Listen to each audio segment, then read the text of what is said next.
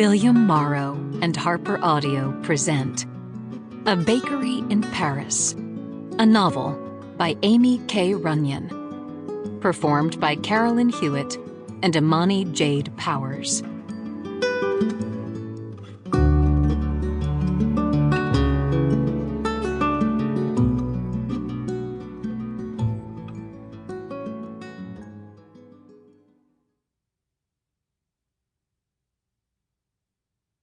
To my Jeremy, who planted the seeds for this book in the earliest days of our relationship, I couldn't ask for a better partner, a better road trip captain, or a better friend.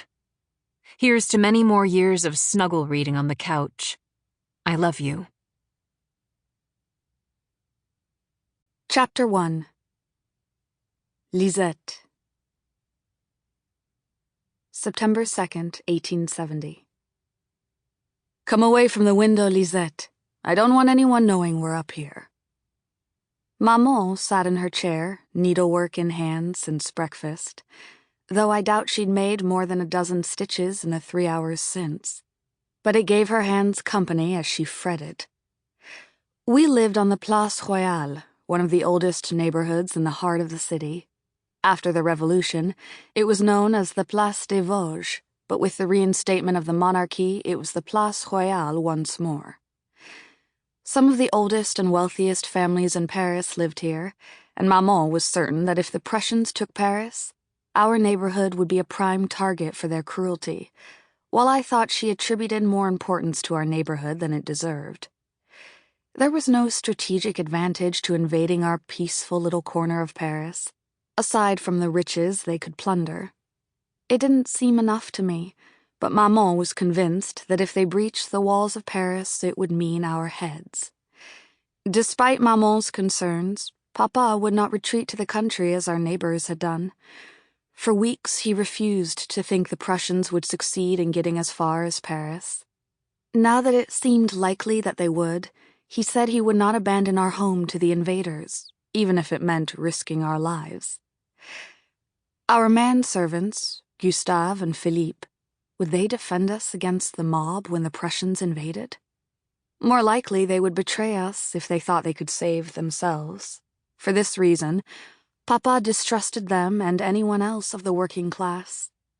The defeat at Sedan and the rumored displacement of the emperor made this possibility, once seemingly absurd, now entirely probable. "Are you worried, Papa?" little Ghislaine asked from Maman's side. "Not in the least. The Emperor will have the Prussians well in hand before long, mark my words," Papa said as he paced the floor. Antoine, my little brother, nodded enthusiastically from his chair, where he'd spent the last hour reading one of our father's favorite tomes. He longed to follow in Papa's footsteps so badly, I wondered he didn't stitch himself permanently to Papa's side. Ghislaine, the baby, was curled up next to Maman on her settee. Maman's precious little poppet, complete with gold ringlets. It wasn't hard to understand Maman's preference for her, and she was sweet enough I couldn't begrudge her the attentions that preferment afforded. I was the oldest, born a girl when they had so desperately wanted an heir, and too strong-willed to be a pet to Maman. At first, I think they viewed me as a bit of an experiment in child-rearing. They practiced their parenting skills on me, with much help from a string of governesses, of course. But it was 10 long, disappointing years before their precious boy was born. I think they rather grew to resent me during that time. Once Antoine was born, followed soon after by Ghislaine, that resentment grew into a usually comfortable indifference.